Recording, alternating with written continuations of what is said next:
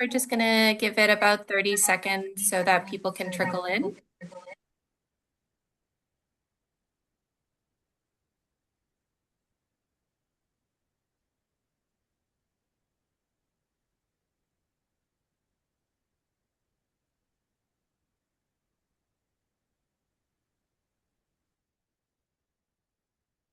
All right. Hi, everyone, and welcome. And thanks for spending a part of your day with us today. If you are coming from a lunch service, I hope it was busy.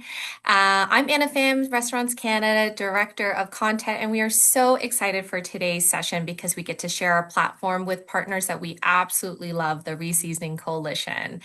Today, we're talking about something that will define the future of food service, creating workplaces where people feel they belong and can build real lasting careers. Our industry is obviously changing fast and always changing, and supporting newcomers, young workers, and career changers is how we move forward.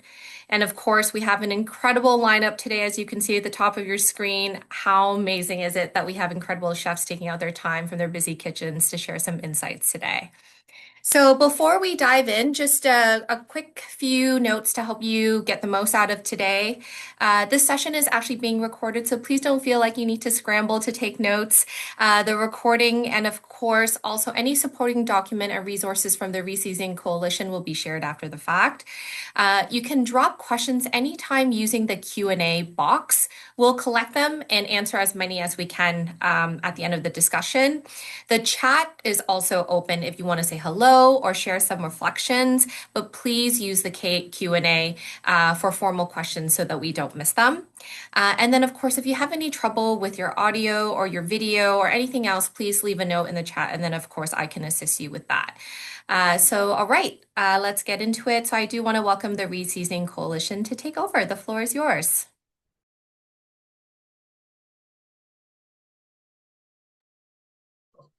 Oh, Elle, you've got to come off mute.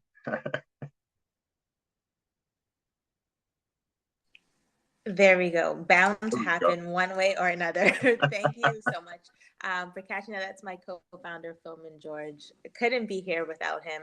But thank you again, Anna. And we're so pleased to be part of the Restaurants Canada community where we can share great insights and solutions in today's presentation. So as I mentioned, I'm Elle. I'm co-founder and executive director of the Reseasoning Coalition.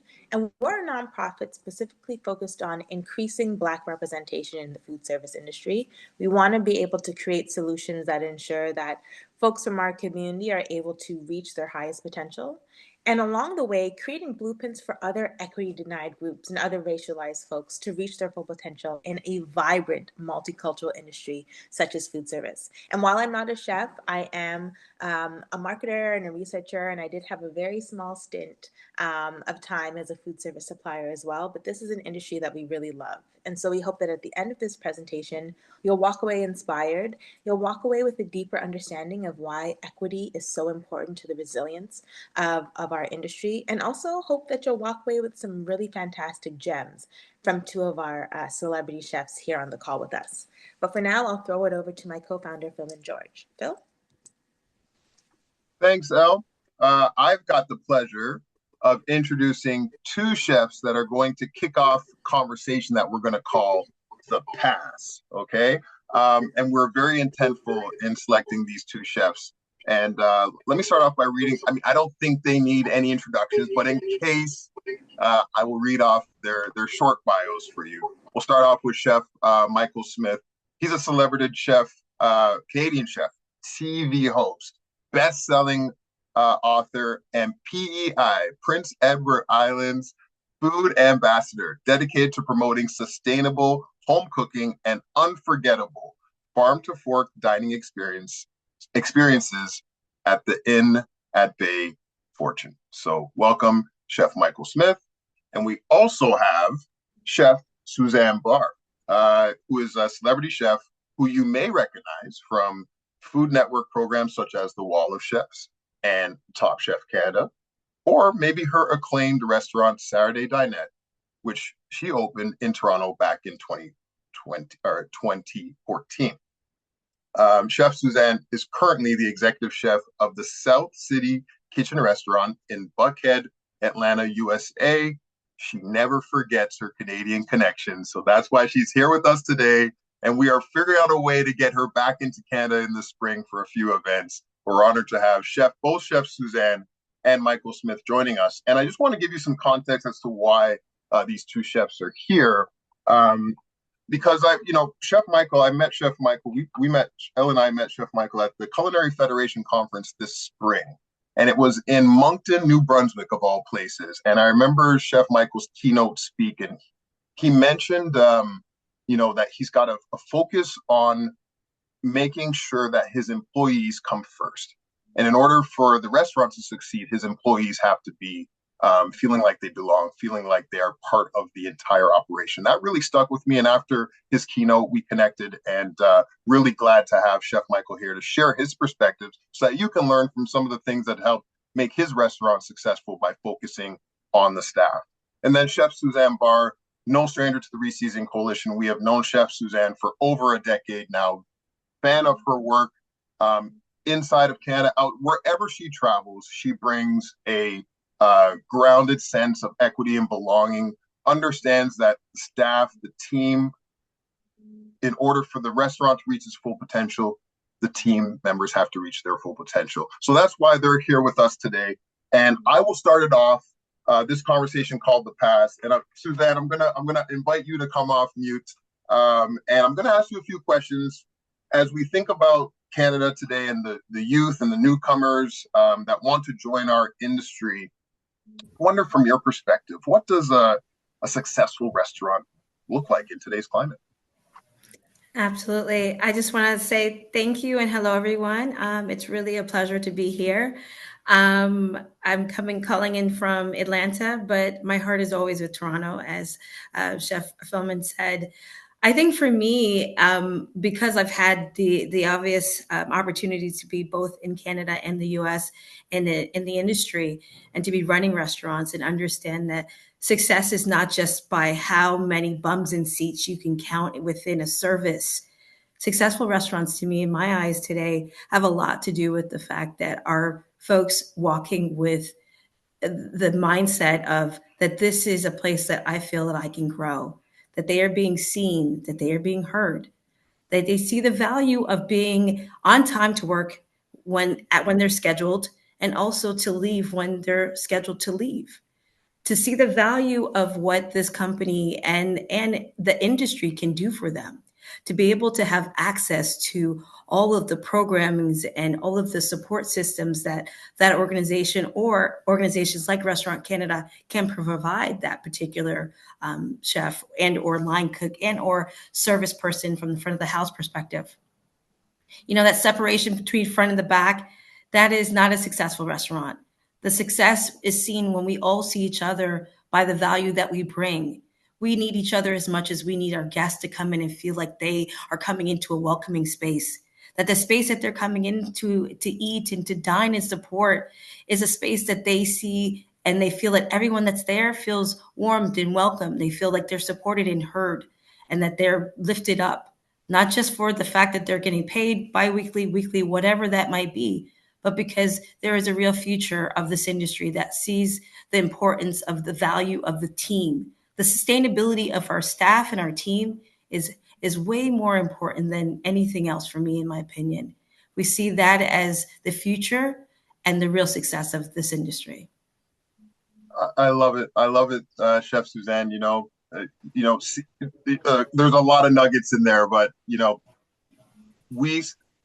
one thing that I took away, I took many things away. One thing that stuck with me there with what you just said is, like, we see our staff is just as important, right, as our guests, and to create that camaraderie with our staff, that's really what's going to help drive that success of the overall restaurant. Chef Michael Smith, is there anything you want to add to what Chef Suzanne Barr said in terms of what she views as a successful restaurant? Sure. First, again, just super thrilled to be here with all of you, and hearing that this is such a prevalent issue, something that we need to think and talk about. And for me, my perspective is straight ahead. I've seen this from every side. I apprenticed in the exact same kitchen that Gordon Ramsay apprenticed in all those years ago in London, England, Le Gavroche, and I got my ass handed to me. And I saw what it was like, and I realized this is wrong, and this is not how you empower people. And I've now that I'm back on the stoves, back on the line, back in a restaurant, back to being an actual working chef, I feel so blessed to have created a workshop atmosphere around me where, yes, where team does come first. We're a destination restaurant, but that's just for our guests. For us, we're on a journey, and our journey matters. And I think it matters more than our guests. And I think it's important that we in this industry, we're so blessed to be on the front lines, if you will, of what it is to be a Canadian. We're in one of the single most diverse industries that there is, serving diverse Canadians. And this is an opportunity for us to show that we can be our best, that we can strive and achieve, and we can do this in a safe place.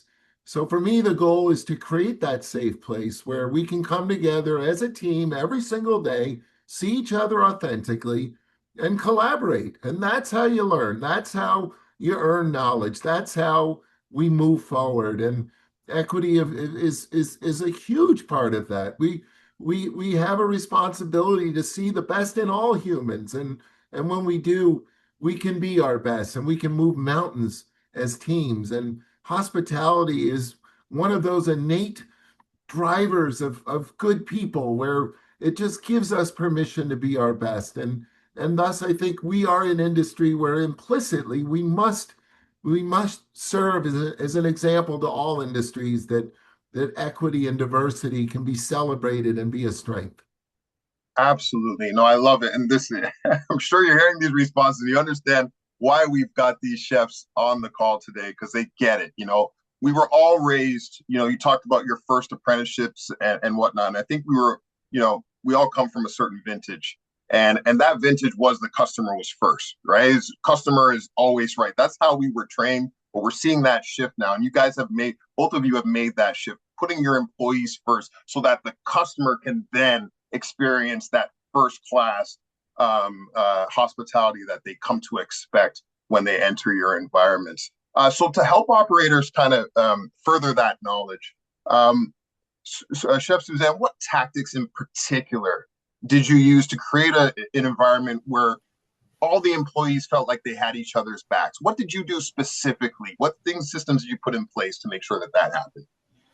Yeah, I mean, I think the systems are to the advantage of everyone that's getting into the industry now is that they're growing. It's so expansive. Like I feel like I hear every other day now of a new program, a new app, or a new support system that's been put in place. Whether it's centered around mental health, whether it's centered around shared. How do you shift share? If you've been scheduled for a certain amount of shifts and you need to switch shifts with someone else, the ease and the pain free of that. But and I think when I reflect back to Saturday Dine In and to True True Diner, a lot of that to me was how do we hire our hiring practices? Who are we looking for? How do we identify, the characters and the folks that are looking for employment? Is it because they've had a great deal of experience, or is it because they've came in with a desire and an excitement and enthusiasm that showed through so strongly to the point where we're like, you're teachable. I always say this to my team that if you're coachable, if you're teachable, then you're someone that I would love to have on my team. Now, if you're someone that is like on the fringe, just looking for the next quick job, just to get to the next job, you're hopping from one restaurant to another.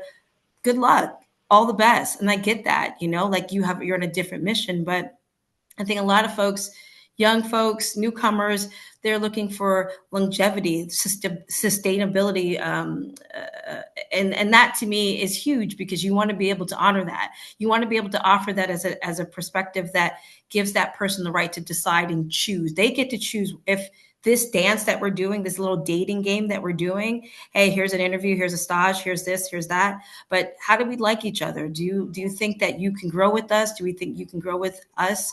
And all of those particulars. That was a big practice that we put into play as our hiring practice. And also making sure with our applications, making sure that if there was a language barrier, making sure that we had in both French and we had it in Spanish. And if I didn't have it, then we had someone on there that was able to help translate that. And if they needed to take it or use their phone to do translate, they can use that. They can do that as well. Being able to feel like we are as inclusive as possible. And I know that that word is overly used, but I think it has to play into some capacity in this day and age now. I think that, you know, all of these terms are woke as they want to say, but I think it's the truth as far as like this generation, they're coming in, they're like, no, I'm not going to work for what you're paying. I want this. I need insurance. I need health benefits. I need to be able to take PTO. What is PTO? How do you explain that? How do I get benefits? How do I get perks? Whatever those things are, being able to be as transparent and honest, showing our books. That was another thing. Like, hey, we earned this. This is how many sales we have, you know, within a week. And this is the breakdown. All of these things are particular ways that individuals, organizations, and companies can choose to show their openness and their willingness to show and expose, you know, a lot of these myths that we hear about the industry that have been around for so long, demystifying them, getting rid of them, and redefining what it means to work in the industry, redefining what restaurant hospitality group is all about is a big part of the work that we must do now. And the reseasoning group and everything that we're doing here today in this conversation, I think it's just a step forward, definitely not a step back. Love it. Love it. So many gems in there, Chef Suzanne. You know, it's all about really making sure that it really, for you, it started with the hiring practice, right? Making sure that practice was inclusive, you know, that you could have people there that wanted to grow. I heard that loud and clear, and supporting that growth and being transparent. These are all really great qualities to have in a restaurant, and would definitely help attract a broader group of employees into your establishment. So thank you for sharing that knowledge with us. Chef Michael, I want to kind of help the audience understand a bit more about that employee first mentality. How do you go about it? Like, how did you go about creating, like shifting from the customer is always right, the customer is first, to shifting to you, our employee, our team? You are so vital. You are so important. How did that come about? Like, you obviously, like, I just want to understand the brain science behind that. How'd you think it up? Sure. It begins by setting intentions. It begins by saying this is who and what we're going to be, and then getting to work, figuring it out, understanding that in life there's no movement unless we're on the journey, moving ahead. There's no good in just sitting around talking about stuff. So in your world, set your intentions, get to work. And there's all kinds of practical things that you can do. One, for instance, right away, forget tips. No tips in my world. Gratuities, in my view, are rubbish. They do not ever correlate with service. They just don't. They only ever correlate with misogyny and racism and sexism, and I just won't do it. So screw that. Let's price transparently, and let's give our employees all the same benefits that my kids get. Off they go. And then let's do things like start our days with this great big rally of affirmation where we go around in a circle and everybody has something to say and affirming, shouting out somebody else on the team and something else that went well. And on we go. We stop and break for an awesome family meal. We take the time. We have a crew cook. We sit down together and we eat a good meal together, not rushed at the bottom of some stairwell or out behind the dumpster. We're taking the time, treating ourselves the way we treat our guests. And then perhaps most importantly, it's how do we maintain standards? How do we do the things that discipline does in a professional working environment? We're not running daycare. So it does come down to how we communicate with our teammates and how we react to mistakes. And this is the workshop approach where we understand that knowledge is alive, that it must be seen as fluid, that it's not static. And the only way for knowledge to move forward is for mistakes to be made. And so we accept that. And then we just pick ourselves back up. We pick each other up and we just keep going. And to Suzanne's point, we look for people that own their mistakes, that understand mistakes are part of life, and don't spend all kinds of time defending the mistake. It's not my mistake, it's their mistake, somebody else's mistake. And meanwhile, the rest of us have already solved the problem and are well into the implementation of it. If you're not that kind of person, you just don't fit But when all those pieces come together, it's just magic. And setting intentions in our world, a huge part of that is being clear with my guests and with our team. We are not striving for perfection. It is not what we do. It's not on the menu. We will make mistakes. It's okay. And what I can promise is that our guests get our best every single day. Every one of us gives our best. And somehow magically our best gets a little bit better every day. Well, you know what? I don't think it's any magic. I think you've helped share us a little bit of the formula that helps make that a success. Being intentful, action speaking louder than words, maintaining standards, being accountable, but learning from our mistakes, right? Not striving for perfection, and being allowed, being vulnerable, being allowed to make mistakes. I think this is all really fascinating bits of knowledge that can help an operator reach that level of excellence that we all strive to reach. Suzanne, anything to add to that in terms of like what you would, the steps that you take to create an employee first mindset? Yeah, as I was listening, I was thinking a lot about even my own process in my current restaurant that I'm working at right now. And, it's putting your employees first is beneficial, in the immediate sense, but also in the long term of the growth. It's like you start to see, how folks are being treated, and you see your retention. Your retention, is it holding strong, or is it like, do you see people if you're constantly working with your HR department, if you're constantly looking for new staff, because something is missing. There is a gap that's not connecting. And that gap could be potentially your blind spot that you don't even know, that you can't even see because you're so caught up in some of our own ways.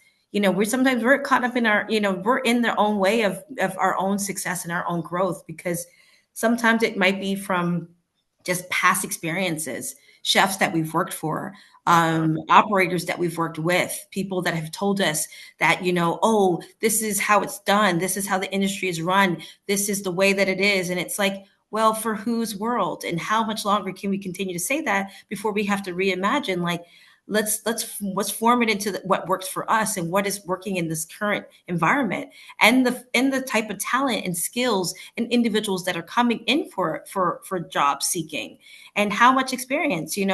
The average person that I've been meeting in the recent, through my hiring practices, they don't necessarily come from culinary schools.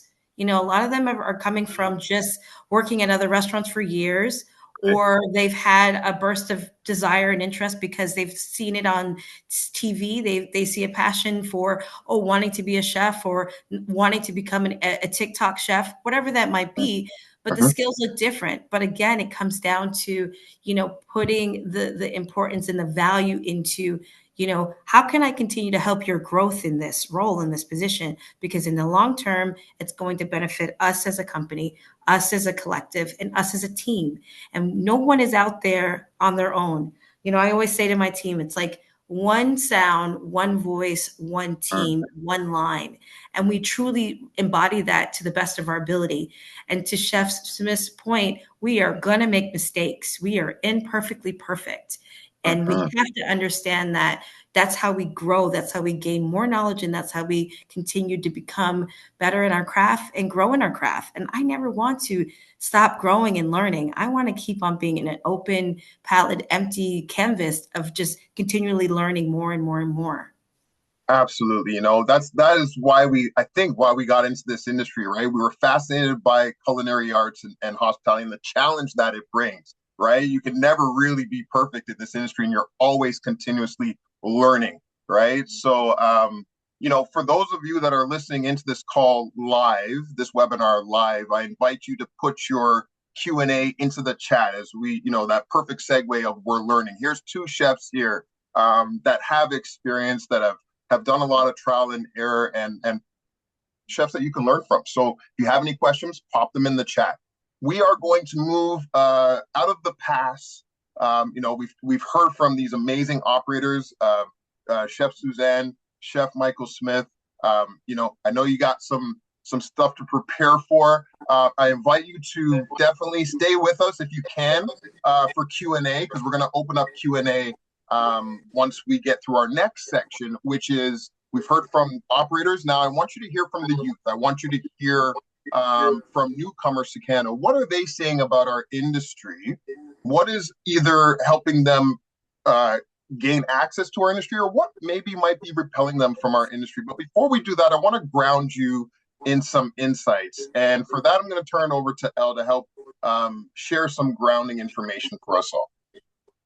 Absolutely. And thank you so much, chefs. That was a fantastic conversation. Really looking forward to jumping back into it. But we want to be able to set the stage a little bit. You know, at the beginning, we talked about the Reseasoning Coalition and the impetus and the importance of why we were created in our mission as a nonprofit. But we really began in 2020 at the height of the social justice protests. And we began with research because we wanted to understand what diversity, equity, and inclusion looked like in food service. Because our lived experiences for both Philman and I and our colleagues was not being conducted, was not being researched. We weren't really able to put the hard numbers to our experience. So we wondered, what did the numbers actually look like? And one of the key questions that we asked operators, employees, and consumers across Canada was how important it was that the restaurants they visited or the food delivery apps that they used prioritize diversity, equity, and inclusion, or DEI, within their organization. And what you're seeing on the screen here is that between when we first asked this question in 2021 and when we asked the question again this summer in 2025, the needle hasn't moved very much. Overall, belief in DEI has improved. You can see it here that we focused on disaggregating the numbers by race because we feel like this is the most important way to solve for the specific issues that certain communities have. And we can see for South Asian, Black Canadians, and East Asian Canadians, the belief in DEI has increased a couple of percentage points. For other racialized Canadians and white Canadians, that belief has decreased. But for the most part, Canadians across the board in this survey found that DEI in the workplace and DEI in food service in particular is important or very important. And yet we're also met with a very troubling statistic because discrimination continues. So on the one hand, we have consumers and operators and employees saying that equity and diversity and inclusion is important. And yet we're also seeing that either 1 in 2 or 1 in 3 employees are experiencing or witnessing racial discrimination at work.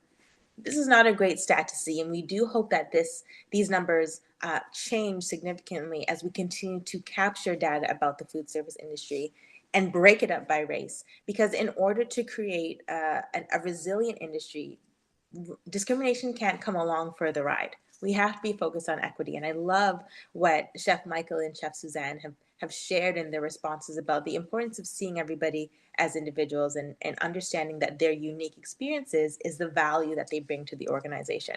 So let's get into the insights. Phil, throw it back over to you. Oh, absolutely, Elle. Thank you for grounding us in that important information first. You know, this screen could say insights, it could say data, it could say the truth, it could say the facts, because that is exactly what insights are, right? They give us the information. We spoke to the youth, right? We listened to newcomers. What do you want out of our industry? What's missing from our industry? Can't wait to get into these insights. You know, as we start to dive into the facts here, we know that we've already anchored that, you know, Black people face the most amount of discrimination in our industry. So I'm going to start with Black youth, and then I'm going to look at youth on a whole. So when we look at Black youth in particular, these are some of the red flags that they're mentioning. And I look back to my youth, right? And when I was starting into food service, I didn't have any data to support it, but I did not see myself represented in teams. I did not see myself represented in leadership. It didn't deter me, but it was a red flag, and it made me realize that I'm gonna have some headwinds. I'm gonna be up against it.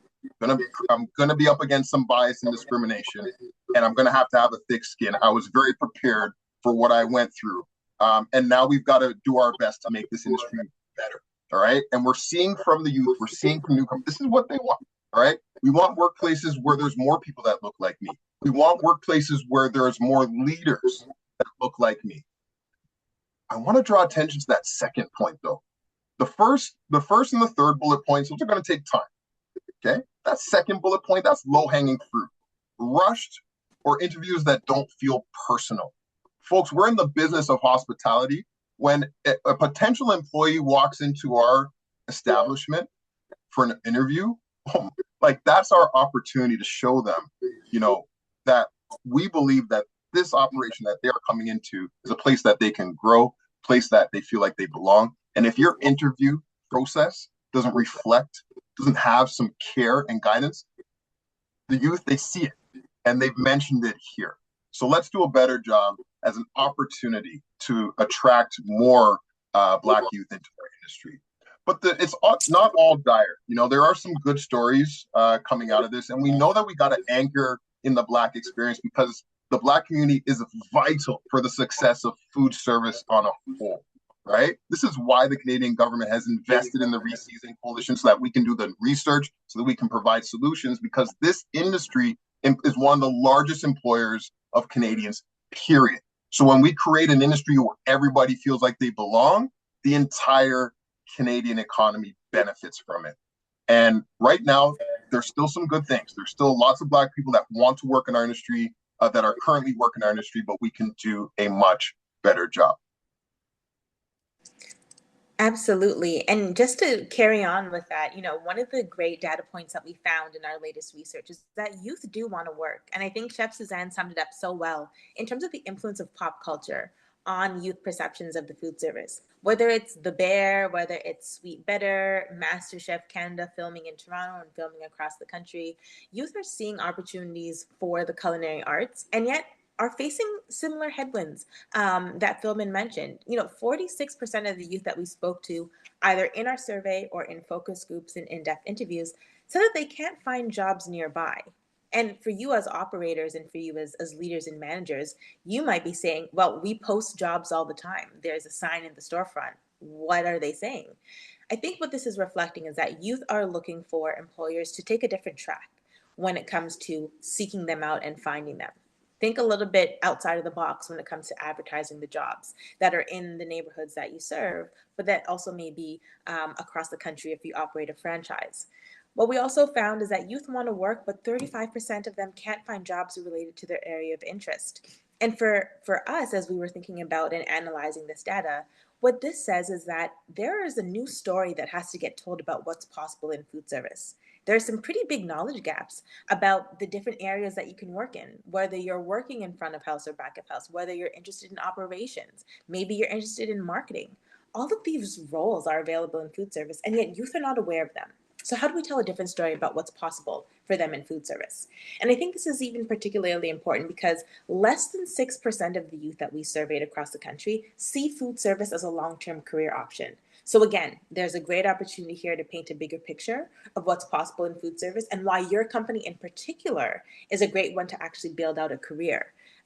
Before I move on, I want to take our attention to the right side of the screen here, where we look at a verbatim from a focus group of youth in Ontario and Quebec. One of, the youth mentioned they don't necessarily want to be a Gordon Ramsay. They don't necessarily want to be a Suzanne Barr and own restaurants. They just want to be a line cook. They want to be able to build camaraderie and build community with people on the line and people who share similar interests. And yet they haven't been able to find a job. So as employers, it's important for us to start to think about how we can tell a different story and how we can meet youth where they are.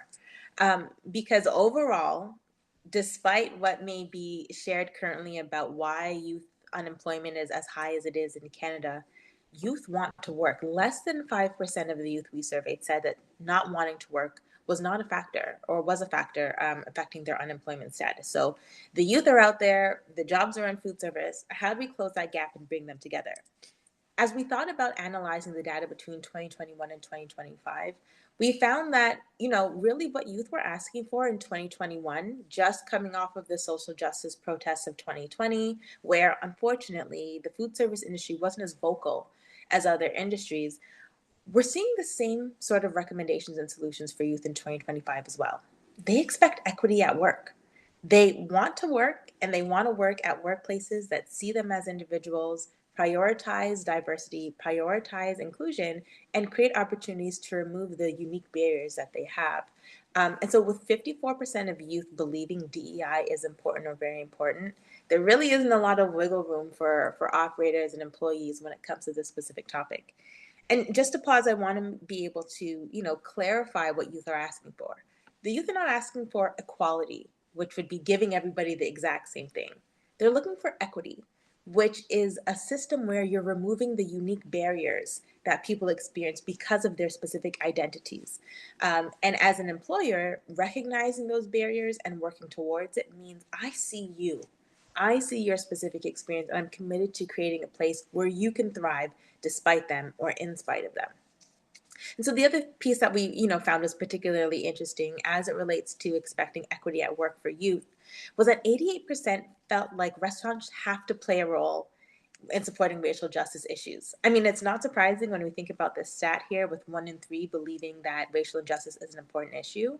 But youth are asking restaurant employers in particular to speak up and speak out.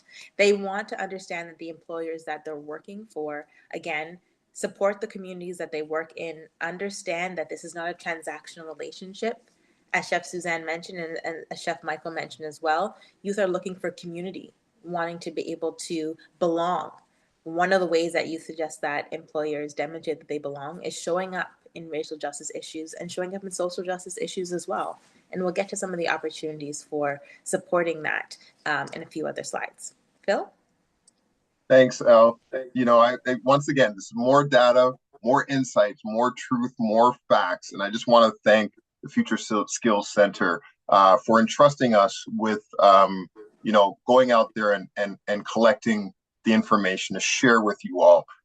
When we think about youth and newcomers joining our industry, here are some of the things that they love about our industry. Like, let's celebrate this, right? Flexible hours, folks. If you're recruiting, this is where you need to lean into. Okay, love our industry for this. I remember starting out.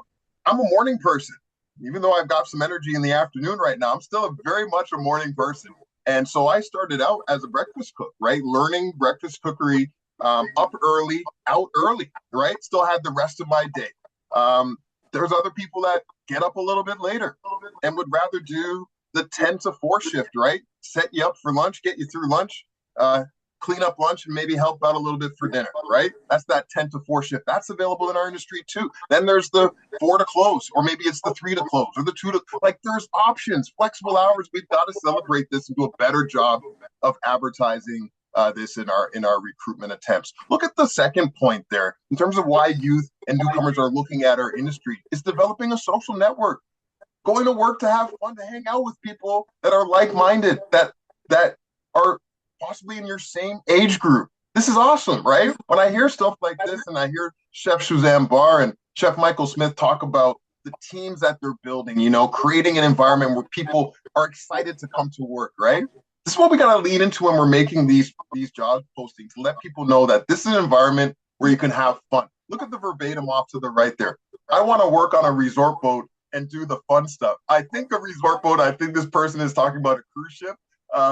But like, they view it as fun. Like, this is fun stuff. So let's lean into that when we're thinking about recruiting for this industry. And last but not least is the fact that this industry provides you with a skill that you can transfer internationally. It's a trade skill, whether you're a server, bartender, a chef, general manager, whatever it may be.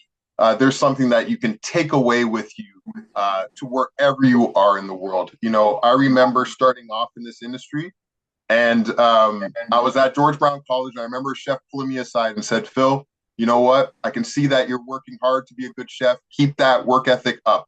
And there's 3 things that I can promise you in this industry, right? Number 1, you will never be hungry, right? You will always eat good. Number 2, you will never, ever be unemployed. If you're a good chef and know what you're doing, you will find work. And number 3, you will never be cold." And it's from a brother from the Caribbean. That rang true. That opened up my ears a lot, because yes, all the kitchens that I've worked in have been hot, and I've been fed, and I've never, to be honest, I've never been unemployed. If I was unemployed, it was because I chose to be. But I want you to look at that last point before I move on to some solutions. For those seeking job employment, the distance from home is the most important factor, okay? So I want you to hold that nugget in your mind. I'm going to get back to it as we talk about solutions. And in fact, it's a perfect segue, right, Elle? This is where we're at right now in the deck. You've heard from the youth. How do we translate that into some nuggets that you can take away so you can build that recipe for success? What's that key ingredient that you are going to implement that's going to help your restaurant reach its full potential?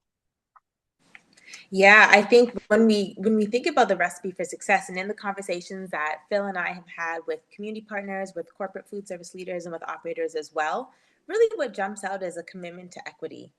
We've heard it from the youth. They're expecting equity at work. Millennials and Gen Zs in particular are now the most educated and most diverse generations in Canada. And in fact, when we think about diversity in particular, these two groups mean that Canada, or bringing the most diversity to the country since Confederation. So we are sort of operating in a world where the expectations are very different. And as operators who have maybe been doing the same old, haven't really thought about equity, haven't really thought about diversity or inclusion, this is no longer a great way to work. It's important to commit to equity and address those knowledge gaps. Figure out what you don't know. Figure out how to get those answers. Look for resources like from the Reseason Coalition or from Restaurants Canada and other organizations to help you understand how you can improve. But then the other thing that we also recommend is that you dedicate a budget line to equity to demonstrate your commitment to actually doing the work.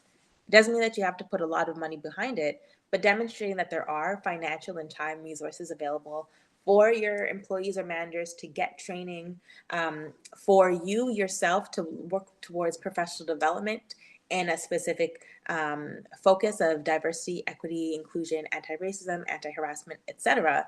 This sends a very strong message to your staff about what you care about and whether or not this is a place for them to belong. And lastly, when it comes to that commitment to equity, start small. Start with a simple public-facing zero tolerance policy.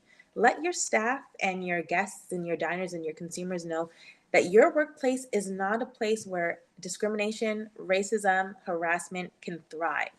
Setting these clear messages and sharing a very clear signal that this is the sort of environment that you strive to create is important to youth. We have 1 in 4 youth saying that employers should provide DEI training. You're being given the answers. It's just about now actioning how you get to that point. What else do we have as part of the recipe, Phil? Oh, there's a few more nuggets to add into that recipe to make a delicious, successful restaurant that really puts people at the center, really puts your employees first. You've got to show up. This is coming from the youth, right? You've got to show up. Now, remember that nugget that I told you to kind of put in the back of your mind. I want you to bring that back to the forefront here. And I'm going to help you out because just to help you remind you of what we talked about.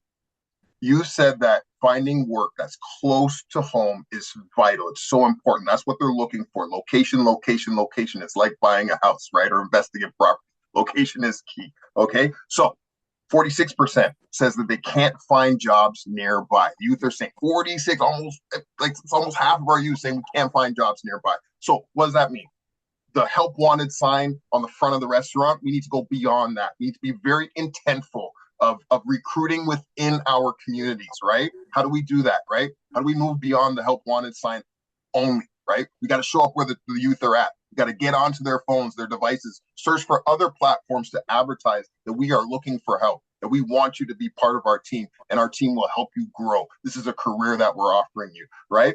40% of youth say they want employers to participate in job fairs, right? So show up in your community, job fairs, especially the ones that are trying to attract groups from diversity seeking or deserving groups, all right? This is where you need to show up as an employer, find those opportunities. And the Reseason Coalition, we're dedicated to creating those opportunities as well. The second bullet point here are some of the events that we have created within Toronto, and we're looking to expand across Canada so that you as an employer can show up and expand beyond the help wanted sign in the front of your restaurant.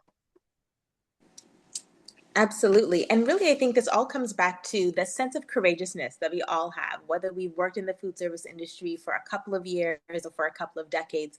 It was really about trying something new and being willing to go out on a limb and take a risk. And so this is the third part of our recipe for success that we also recommend. Try to go against the grain. What you used to do doesn't work anymore. this is what the youth are saying. So we've got to shift lanes. And so for us, we find that making recruitment an active part of your day-to-day operations and your month-to-month operations is going to be really important. Again, Phil just talked about showing up and being visible. Making recruitment part of an activity for your managers and team leads is going to be key to being top of mind for youth in the communities that you operate in. But also consider what you can do inside in sort of the office from an administrative point of view. How can you review and rework and disrupt potentially some of your current policies to be better aligned with what youth are looking for? Whether that's about equity informed policies, whether that's about guidelines for diversity, team activities that prioritize inclusion. How do you rework what your standard is as an organization to better align with the needs of job seekers, youth, and the next generation in particular? And lastly, we know and we've all seen the way that youth and the next generation are hyper focused on their phones and are connected. How do you meet them where they're at? Leverage your social media pages, leverage your website to showcase the diversity that you already have on staff, to showcase the opportunities for growth and for career progression that your organization or your restaurant offers. Again, we need to be able to tell a different story about what's possible in food service, and digital platforms is a great way to do so. And if you don't have a lot of staff who come from diverse backgrounds, think a little bit about why that is. Think about a little bit about how you have not been intentional in recruiting staff from different ethnic and racial and gender identity groups, and what you can do to really become an employer of choice for these individuals. Because 1 in 3 youth are seeing a lack of representation as a barrier to join food service. If this is the reason why they're walking away and they're maybe going into retail, we really have to think a little bit more about what we can do to ensure that we're showing them that the food service industry, which is one of the most multicultural and most vibrant industry, is a place for them as well. So what do we do now, Phil? We've shared some fantastic insights. We've talked about recommendations from youth. How can they action some of the recommendations that we've shared? I'm going to pull a keyword that you just said, Ellen, action, right? How do you action, right? It's not about what you're saying, it's what you're doing. We're really thankful for the Future Skills Center, Government of Canada, for investing in the Reseasoning Coalition, because they understand that if Canada's economy is to grow, this industry, food service, has to reach its full potential, can't leave anybody behind. If you are looking to this equity-informed work, we heard loud and clear from you through Restaurants Canada that you do not have the resources. Thanks. And once again, thank you, Restaurants Canada, for the partnership. You allowed us to reach out to these operators within your network. What is it that you need? We heard loud and clear from you, from the operators. We don't have time. We don't have resources. Okay, how do we solve that? This course, this program that we've created, the Reseasoning Coalition, our Equity and Empowerment in Food Service program, meets those 2 pain points. In terms of time, you can do this in your own time. Right? It's designed so Sunday night after service, Monday when you're on your day off, whatever time you have, you and your leadership team can go through this course. And then we put you in a learning enrichment environment so that you can also have a 2-way dialogue. So as you progress through the chapters, you're able to go into these kind of Zoom calls like we have now. We have a facilitator and we open up into conversation and dialogue. You get to meet other people that are doing the work. This is something very unique and groundbreaking. And this course is specific for our industry, and there's no course like it. So we found that we met you where you're at. We understand that you didn't have time. We solved that problem. What about the resources? This course is your resource, right? We solved that problem as well. And we understand that not everybody has an HR department, and some HR departments need some assistance. This course gives you all the resources you need. We also heard loud and clear from the youth that they want us to show up. I mentioned that the Reseasoning Coalition has just completed its first Hire Her event. This was geared towards Black women gaining access in our industry. Data shows that they are in need of they're facing the most amount of discrimination in our industry. So let's fix that. Let's get started. Let's action it. Hire Her. We started that this year. Our first event was extremely successful in Toronto at the Revival. We're going to do another event in March around the time that Restaurants Canada brings the entire industry together. So look out for that. And we're also going to expand beyond Toronto and get this program across Canada so that you can have a Hire Her event close to your local neighborhood. Stay close to us, the Reseasoning Coalition. Scan that QR code. This will give you access to our specialized events targeting the pain points in our industry and helping you find solutions so your restaurant, your operation can be best in class. Elle, what else do we have? Yeah, I think you shared some really great information in terms of how the Reseason Coalition takes a very holistic approach to supporting operators and listening to their needs and trying to fill those gaps. And so we're really excited to be able to talk about two key pieces that are coming out of our latest study with Future Skills Center that will be available for operators to continue the work of creating equitable workplaces and continuing to attract youth in the next generation. So in January 2026, we'll have our latest digital report, our latest research report called Stoking the Flame, focusing on equity inclusion in the Black experience in food service. There'll be some great nuggets that really underscore the importance of the Black experience to the vibrancy and vitality of the food service industry. But we're also going to be able to look at consumers. How are Black consumers contributing to the food service industry, and what are their recommendations for what they've seen as folks who are experiencing discrimination as guests in restaurants that they go into? And in addition to this, probably one of the most exciting launches that we've had is a toolkit. Again, we listened to operators and they didn't know where to start.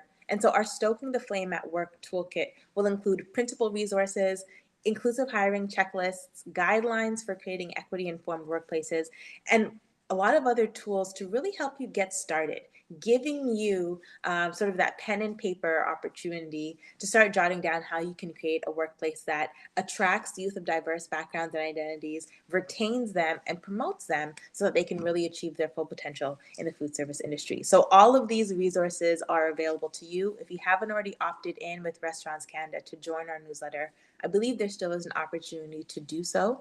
But once you receive the recording of this webinar and the slide deck as well, you'll be able to get in touch with us. So this has been a fantastic research conversation, and I'm excited to open up the Q&A again and invite Chef Michael and Chef Suzanne back into the conversation. And Anna, maybe I'll throw it over to you to let us know if you've received any questions so far. Yes, thank you so much to all four of you. That was super insightful.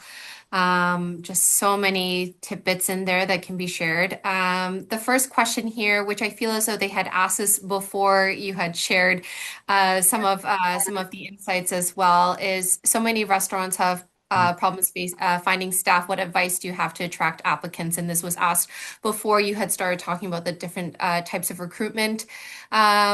Ideas. I wonder if any of the other chefs might have additional thoughts to it, or if, Reseason Coalition also has additional thoughts to that as well. I think this is Michael. I think recruiting never stops. I think as we do what we do and use social media to sort of show it off, I think that's a form of recruiting. I think showing through constant social media the goals of the restaurant, not just some pretty plate picture sort of thing, but more showing the team and speaking to the core values and mission of the restaurant. All of that is part of what we do, and we're just in a constant sort of position of having people come to us and want to work with us. So I think that's one of the keys. Yeah, and I would add on to saying that I think a big part of, using social as a way to expose and just share is, talking about the culture in the restaurant, in the space, whether it's a restaurant, whether it's a cafe, catering company, whatever it might be, and showing we do, we make an effort to try to do collective outings as a group, whether that's going to a venue to spend time together. We invite folks that have kids and folks that are, with animals. I think exposing and showing your culture is a big part because people want to feel like they're part of something that's bigger than just a restaurant that's well known for making the best, dishes in the city. But restaurants and establishments that see the value of having outings and gatherings and conversations, and I think it's a good way to kind of continue to build your culture. It's always going to be ongoing. It never is any one thing that works. I think if one thing doesn't work, you try something else. And I think that you talk to your collective, you do, almost surveys within your team to kind of see where people are looking for. That's another great way to kind of hear and see how your culture is going within your environment, because the first person that's going to be able to tell anyone that just got hired for your business is that person that's training them. And if they feel slighted, if they feel shorted, trust that conversation is going to open up to a different conversation. So you want to make sure you're aware and consciously of what's going on in your own kitchen and understand, how do you heal, how do you support it, how do you grow within it. Yeah, those are some great answers. I wouldn't have anything to add. Phil, what about you? I think this is really powerful stuff there. I would just add in that it is one thing for the restaurant to post it. Imagine when the employee posts it, right? Suzanne, you were talking about the outing, right? And having, everybody feel like they're included in this outing. Imagine an employee to take a picture of that outing, right? How powerful, and post it, how powerful that is for your recruitment. So yeah, that's, for me, that's a huge measure, right? It's one thing for the restaurant, but when the staff start embodying and being proud of where they work and want to share that, boy, you've got something. Yeah. Yeah, the outing comment is so interesting. One of my good friends, who owns Ruru Baked, this amazing ice cream shop in the city. From what I understand, all of her purchases she makes with travel points, and she uses her travel points to take her team on actual vacations and actual trips. And these team members have stuck around for forever. They're there for the culture, and it's such like a community-based team, and I found that to be so special. So thank you for sharing that. Another question we can touch on here. What trends or changes do you think will have the biggest impact on the next generation of chefs? Oh, this is so good. Who wants to go first? So the question is, what trends or changes do you feel will have the most impact on Next future chefs, generation. on the next generation of chefs? Yeah. Mm. Yeah, I think we touched on it in your slide presentation about understanding, like, your operating hours have a lot to do with your flexibility of how folks are deciding what shifts work best for them. And I think being a bit more open with how you decide that when you're opening a new establishment, and how you think about folks that might have kids. Like, I opened a restaurant with a child. I have a business with a child, and I try to keep my hours mindful so that I'm home when I can be home.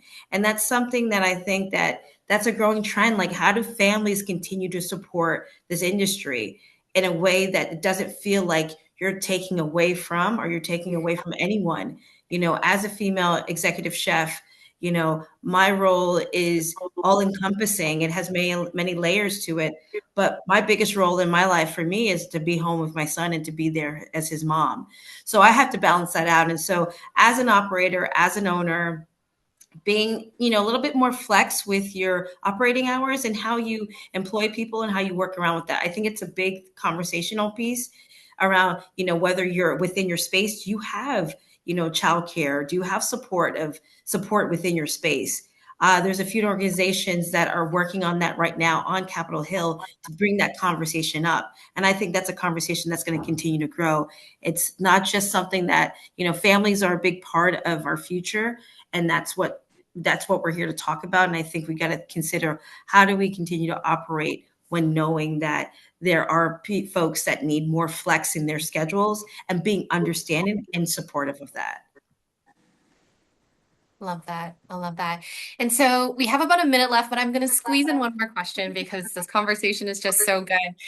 We have a question here from Spencer around tech solutions and AI. So with the rise of AI-based tech solution, a lot of manual and administrative tasks will be automated. Will this change the type of employee you will be looking for?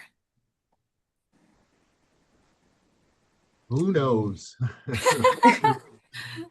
Spencer, If I I have no idea.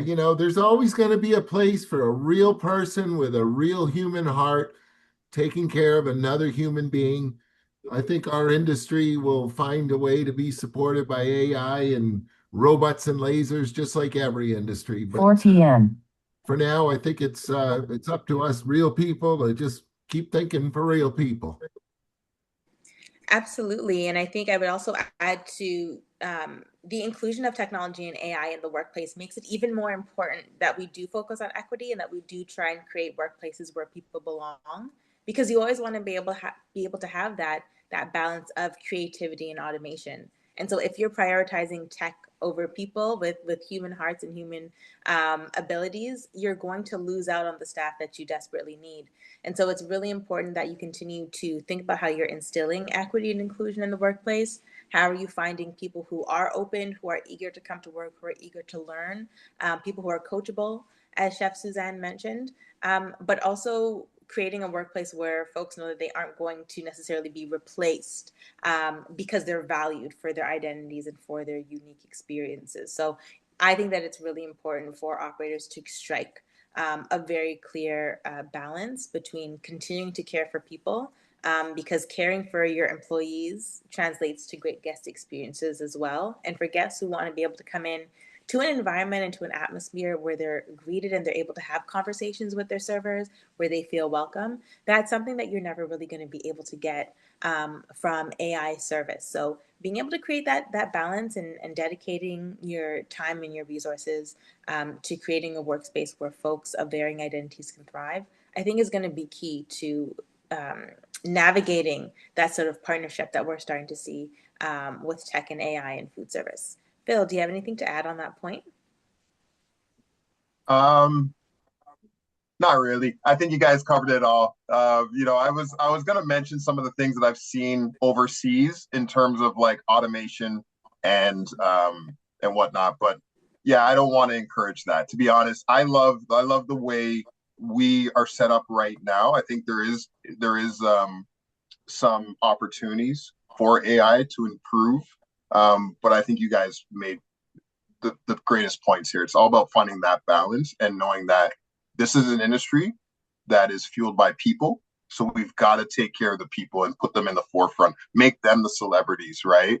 I think that's what you've come to expect when you go out for an occasion, right? You expect to be greeted at the door. You expect your server to be able to recite the specials of the day without looking down at their notes, right? These are the things that kind of make you know that you're in a place that, yeah, this. I'm going to get some good food today. So let's keep that going, but also let's embrace technology as it helps make our industry more efficient.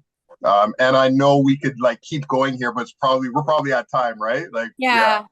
Yeah, we are at time. And just to kind of wrap up Spencer's question as well is they did flag administrative tasks. So I think that's the special part is AI is going to come in and help with, the office work so that folks can be on the floor, be in the kitchen, being creative, touching tables, making those relationships. So hopefully we do see a rise of AI to help us and support us because who wants to sit in their office and input inventory invoices all day, Well, right?